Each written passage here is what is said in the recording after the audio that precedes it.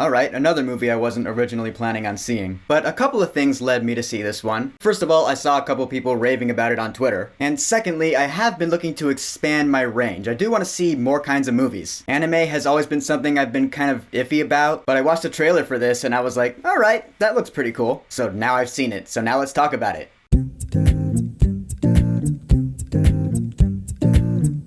Belle. So Belle is a Japanese anime film. It actually premiered last summer at the Cannes Film Festival, but it got its wide release last week. So in this movie, we have this virtual world called You. It's pretty much the Oasis from Ready Player One. You can create your own avatar and you can do whatever you want. Enter our main character, Suzu. She's a kid in high school. She's really shy and introverted. She has childhood trauma. But in this You virtual world, her avatar becomes this super famous popular singer named Belle. So she has that going for her, and then this really ominous other avatar called the Beast turns up, and he starts causing problems, so now we have this story between Belle and the Beast. Yeah, starting to sound a lot like another story that we're all familiar with. And that's the thing about this movie. I actually didn't know going in that this was gonna be like a modern retelling kinda sorta of Beauty and the Beast. So when I was watching it, there were some scenes that were pretty much like identical to the movie that I know, the Disney movie. And I was like, wow, this is straight up ripping off Beauty and the Beast. But now I know it's not ripping it off. This is actually like a retelling of the story.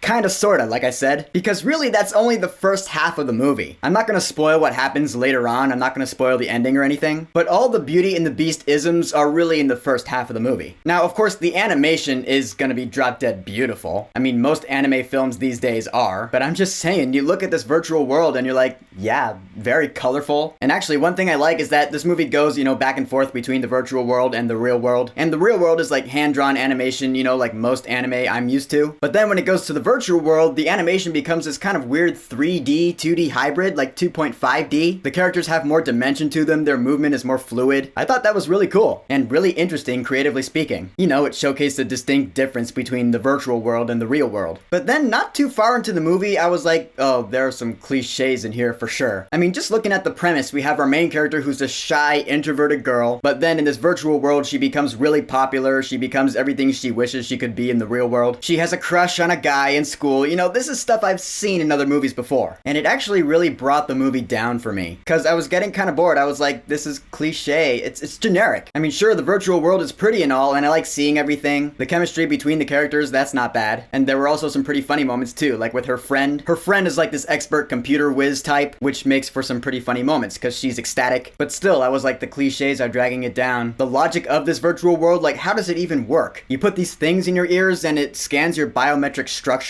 and then you just kind of disappear into this world. It's not really explained. So by the time the movie was about halfway over, it was starting to lose me. But then the movie did something different.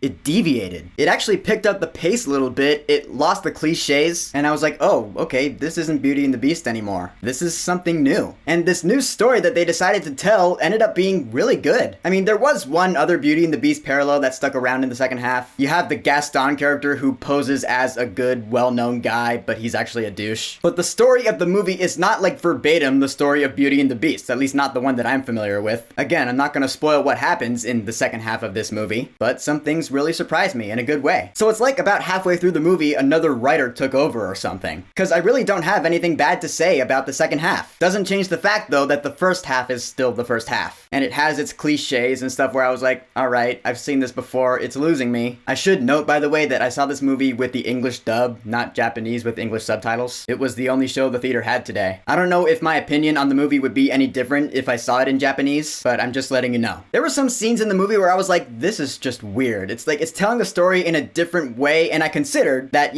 since this is technically a foreign movie, Japan's style of storytelling is just different than what I'm used to. But that doesn't change the fact that during this scene, I was like, this is very strange. It just feels off. The pacing felt a little wonky, and again, this was all in the first half of the movie. It seemed to go all over the place in a non-linear way, and it felt unfocused. But then again, in the second half, it focused up, and it told a good story that surprised me. And the music is great too. Of course, people are raving about the soundtrack. That's one of the things things that drew me to the movie. And yeah, what you heard is true, because the music is actually great. It's emotional, the singing voice of the main character sounds really good, and they fit in the story. It's like the movie is kind of a musical-ish. I mean, not really, but there are scenes in the movie in which Belle is singing a song, and the songs really gripped me. The soundtrack is definitely a highlight of this movie for sure. So in the end, I thought Belle had its good and bad. Like I said, the first half definitely has its cliches, I just cannot deny that. Some of the supporting characters seem really hollow, but the main characters I actually really liked. I like Suzu, I feel bad for her. I like her friend Hiro. The animation is beautiful, of course. The music is great, and I like when the story deviated from the cliche Beauty and the Beast stuff. So ultimately, it balances out. For Belle, I will say, wait until this movie's at a discount price,